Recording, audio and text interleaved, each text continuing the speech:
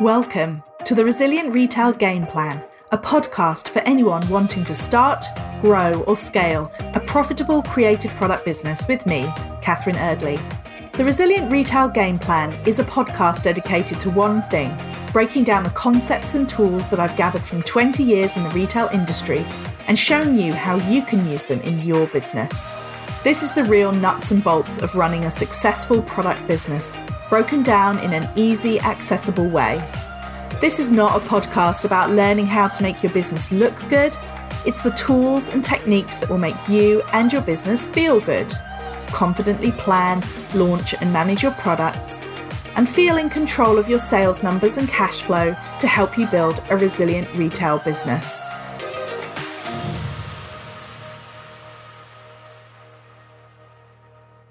Welcome to the Resilient Retail Game Plan. I'm your host, Catherine Erdley, as well as the founder of the Resilient Retail Club, which is my membership group and consultancy for product-based businesses. You can find out more at resilientretailclub.com. And if you use the code 10podcast, that's 10podcast, you can get £10 off your first month in the club. And very excitingly, I want to remind you all that on the 21st of February, 2023, my very first book, Tame Your Tiger, How to Stop Your Product Business Eating You Alive, is officially launching, and I would love for you to grab a copy. If you head over to resilientretailclub.com, then you can get the link, or you can head over directly to bookshop.org and search for Catherine Erdley, that's CatherineErdly, and you should see it pop up, and you can grab yourself a copy.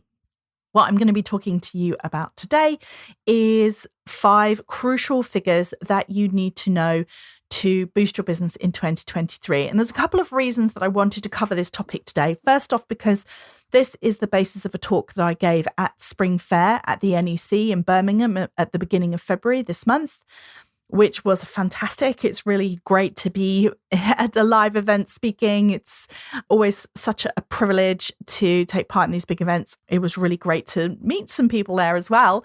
Some people who've listened to the podcast too, which is always very exciting. As I was putting the talk together for the Spring Fair, I just thought to myself, this would be a really great podcast episode. I know I've touched on some of these elements before, but I wanted to pull it all together, and it links back to a lot of the things that we were talking about in my previous episode a couple of weeks ago about the traits that business owners need to thrive in 2023, which is a really popular episode. So I thought this tied in quite nicely. The other reason that I wanted to go through this today in the podcast is because it gives you a bit of a sense of what's going to be in the book, what the topic of the book is about, and hopefully whets your appetite somewhat. In the presentation, I was able to use some of the really fabulous illustrations that the wonderful Stinkter P from People Per Hour was able to create for me for the book. Yeah, it made me realize that the topic was a really important one. It was really relevant, and also it was a really great introduction to some of the things that we cover in the book. So without further ado then, what I want to talk you through is why you need to know your numbers, what the 5 key figures are, and most importantly, how you can use these figures to help you grow your business in 2023. So starting with the theme of the book, do you ever feel like you have a tiger in your business? A product business can feel like a tiger when it is unpredictable, hungry for money, and generally speaking, something that maybe keeps you awake at night. If you ever feel like that, then you are not alone. And in my experience, it usually boils down to an issue with one of the key figures that we're going to be talking about today. So a big reason that I'm an advocate for knowing these figures is because it helps you feel in control. If you can monitor these numbers that we're going to run through on a monthly basis, then you will end up feeling more confident and clearer in the direction that your business is heading in. The other reason that I want to talk about these figures and why I believe that talking about figures in your business is so important is because of the success rates for small businesses are not fantastic. And unfortunately, 80% of businesses, according to the latest statistics that I've seen, 80% of businesses fail within the first 5 years. And of the 80% that do, 80% of those fail because of financial reasons. So knowing your financials is not just a nice to have for product businesses, it's absolutely critical. I also believe that everyone is a numbers person. Even if the person who taught you year 3 maths said you weren't, I really believe that we all have the ability to get to grips with these crucial figures and use them and understand them in their business.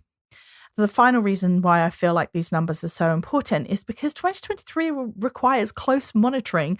When times are uncertain, as they are now, knowing your numbers is even more important than ever because it just helps you stay really focused and clued into what's going on in your business, and ideally helps you anticipate and resolve issues before they become major problems.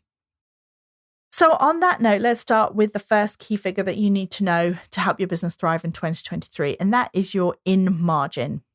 So I differentiate in the book and in general between 2 types of margin. So your margin is really all about the amount of money that is left for you after your product costs have been taken out of your business. And I like to think of it as a pie. So you're trying to work out what percentage of the pie, once you've taken out those product costs, what percentage that is remaining that is left for you.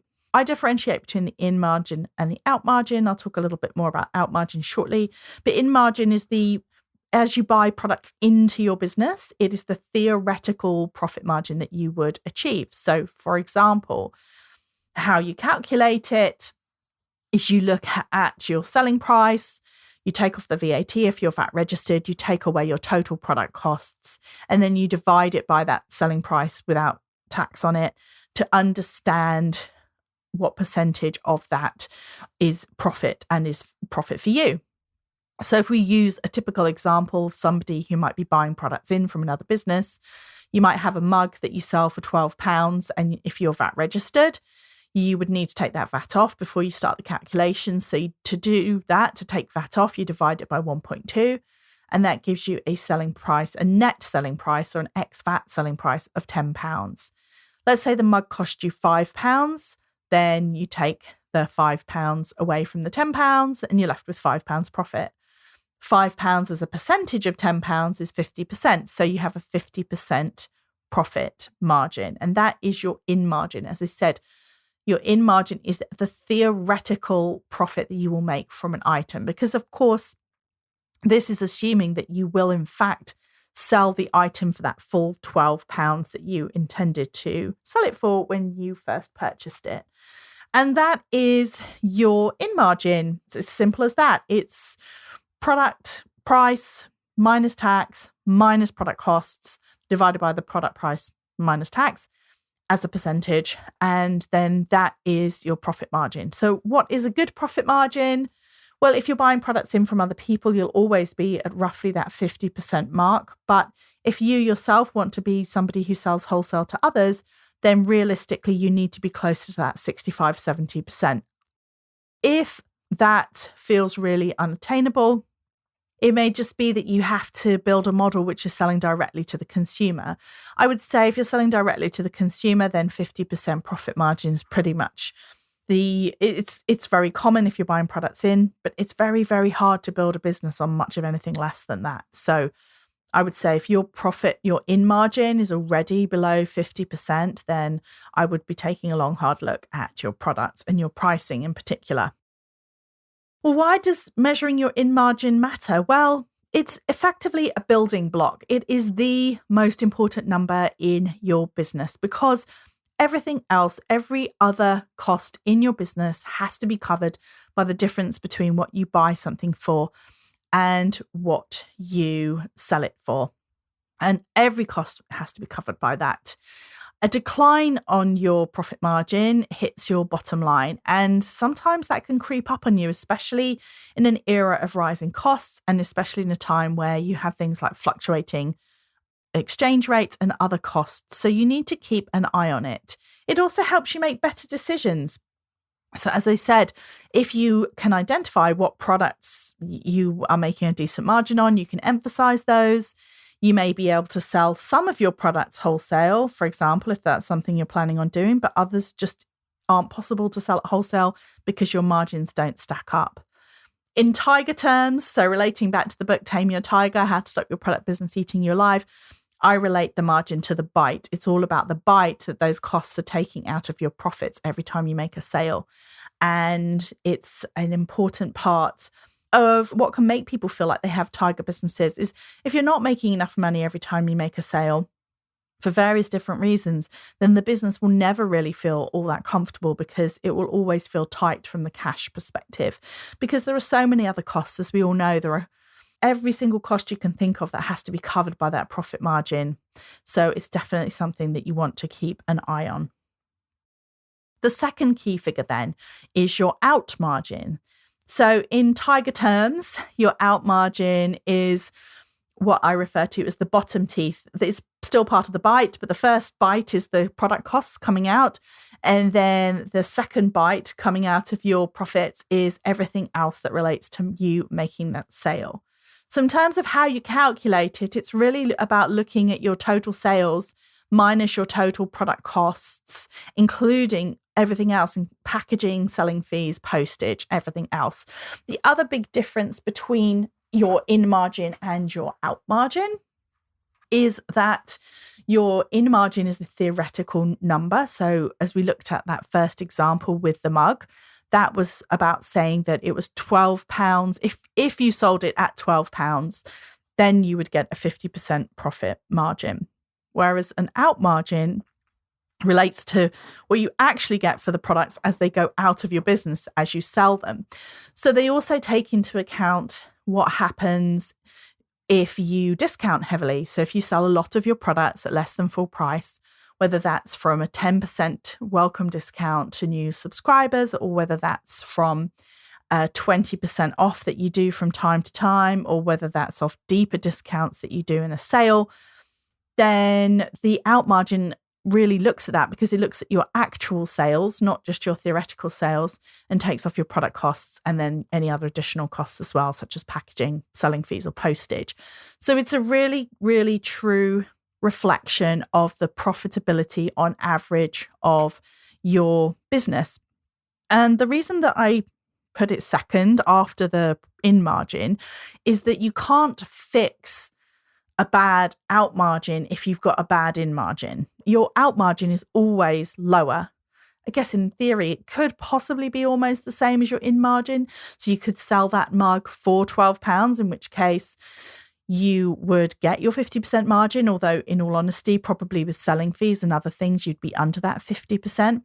But your out margin is always lower than your in margin. But how big of a difference that is will also have an impact on how profitable your business is overall. But if you've got a really low out margin, let's say you run these numbers and you realize it's only 30% or something like that, if the problem lies with your in margin, that's just not high enough to start with, then you can't really fix your out margin before you fixed your in margin, which is why I always like to mention it first. Your out margin is something that's really important to keep an eye on, and it's really important to just have a look and see what is impacting it and also monitoring it on an ongoing basis. So as a very quick example of a calculation, we do a zero VAT one just as an example. So let's say a zero VAT baby brand has sales of £30,000 in a month and total product costs of £18,000. The out margin would be that £30,000 minus £18,000 of product costs, which would give them profit of £12,000, which equates to 40% of their turnover, because £12,000 profit out of £30,000 sales is 40%. So their out margin is 40%, which is a very useful number to know from lots of different reasons. But most importantly, it's a very important number to track on an ongoing basis, because it really will help you identify where there are problems. And also, if you want to work to improve that, then it's something that you can monitor and see if your improvements are actually working. So how do you grow your out margin? Well, have a look at your discounting activity first off. Have a look at, are you running too many discounts? Are there lots going on and you need to rein that back in? So for example, can you even offer the introductory discount to every new customer that comes along, or do you need to pull that back? How often are you running special deals or special sales, which can harm your business in the long term anyway, but it will also definitely impact your out margin if you do it on a regular basis. So definitely control, especially those blanket offers, that 20% off, 30% off everything. Those are really damaging to your out margin and therefore can really hamper your profitability. Also then review all other costs related to the sale, from your selling fees to your postage costs, and also have a look finally at your product mix. So it's entirely possible that you may have a couple of products that are not such great margin, but they do sell really well. And if you sell those disproportionately well as compared to the rest of your product range, it can actually bring down your out margin. So definitely have a look at your product mix and just make sure that you are able to identify which are your lowest profit items. And are you pushing those too much? Or if they're selling really well, could you increase the price? Because increasing the price and the profitability on your best sellers is one of the quickest ways for you to improve your overall profitability as well. So the third key figure that I recommend that you look at is your break-even number.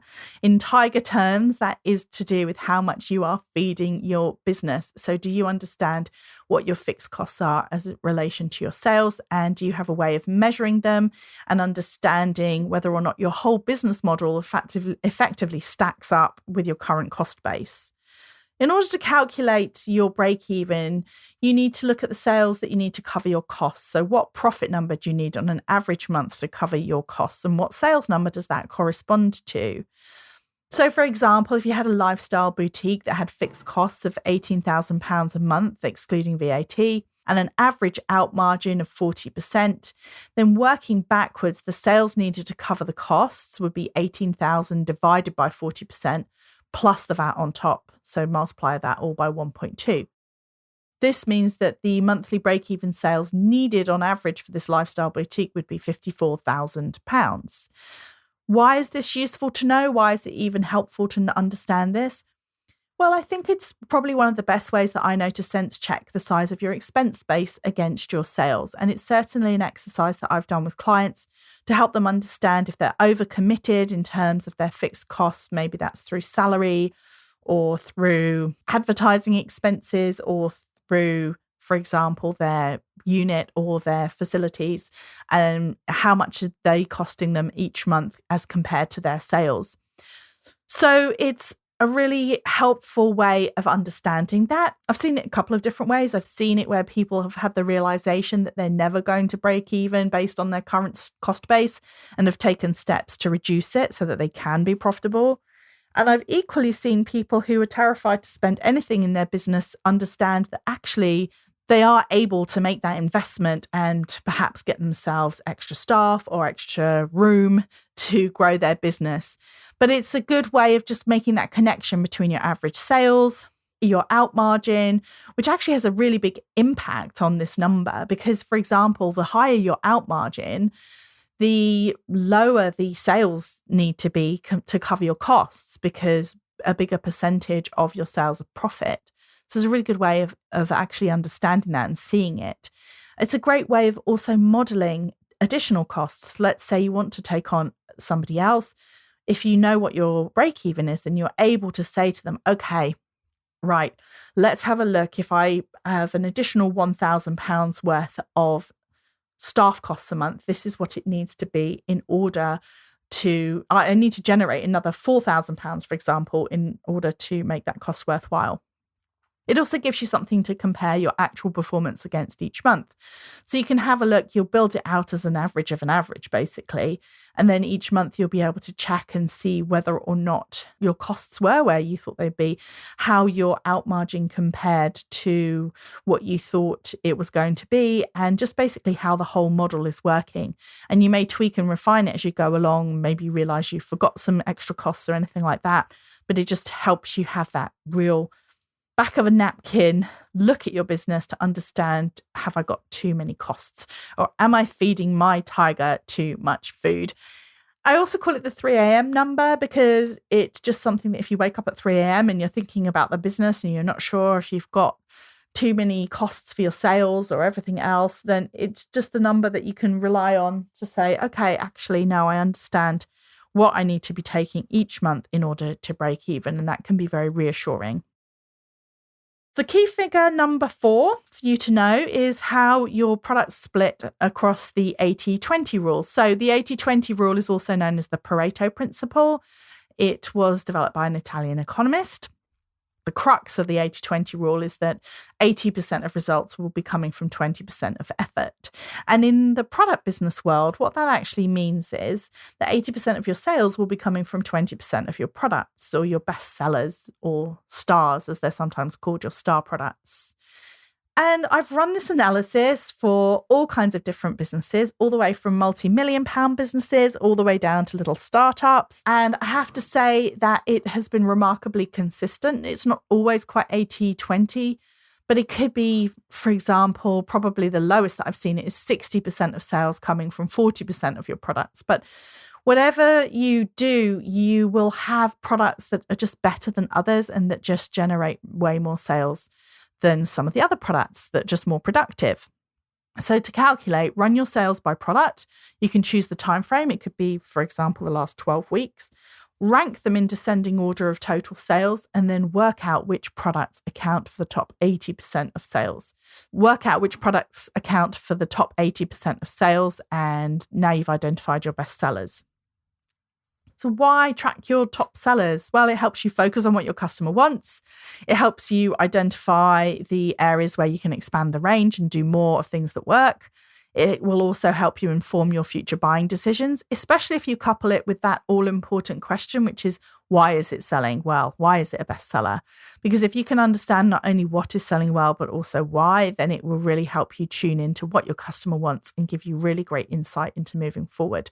And it also allows you to identify your unproductive stock, which it brings me on to the final key figure to know, and that is the size of your tail. So what is the size of your tail, I hear you ask?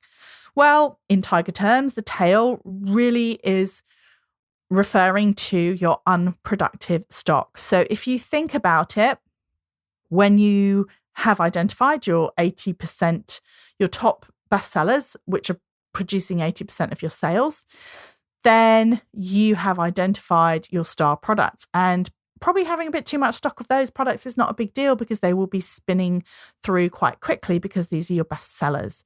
However, if you think about it, the flip side of the 80-20 rule suggests that 80% of your products, all combined, are only generating 20% of your sales. That means there is a vast proportion of your product assortment that is unproductive or less productive.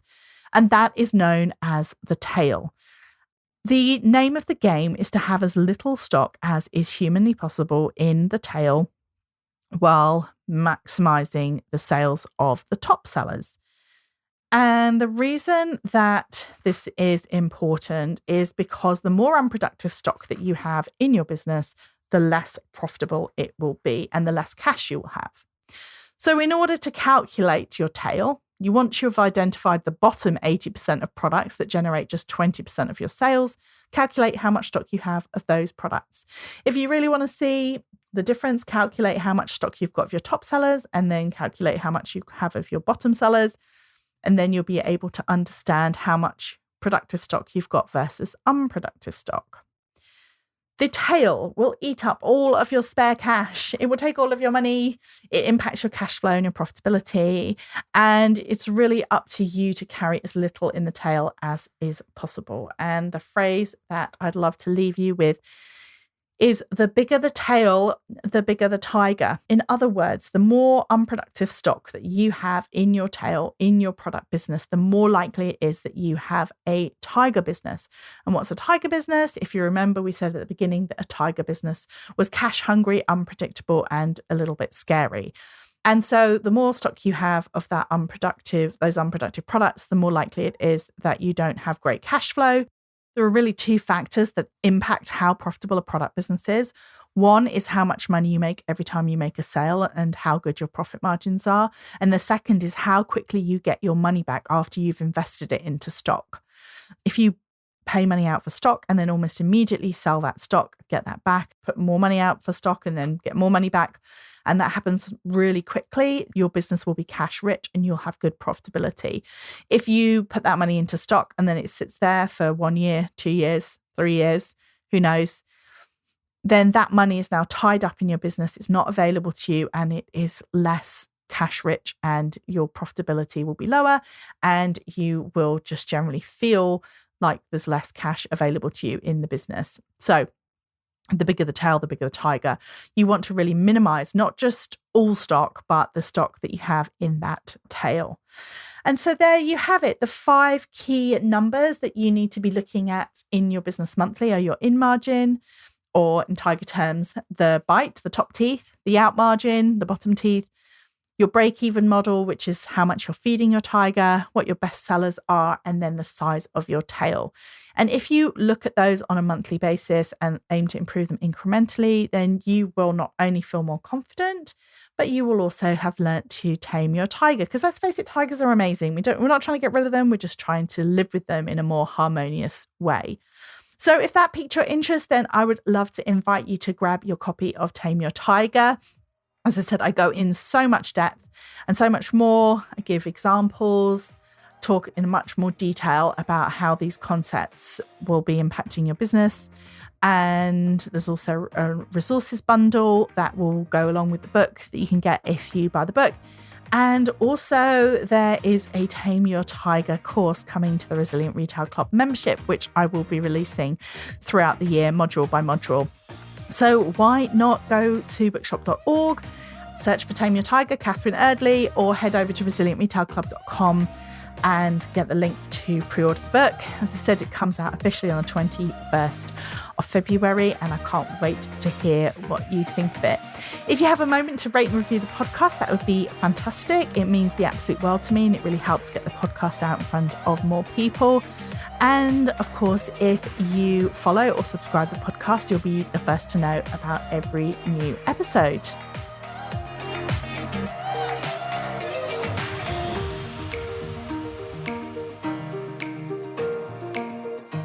If you've enjoyed this week's episode, then I invite you to check out resilientretailclub.com. The Resilient Retail Club is the membership for anyone wanting to start, grow, or scale a profitable product business.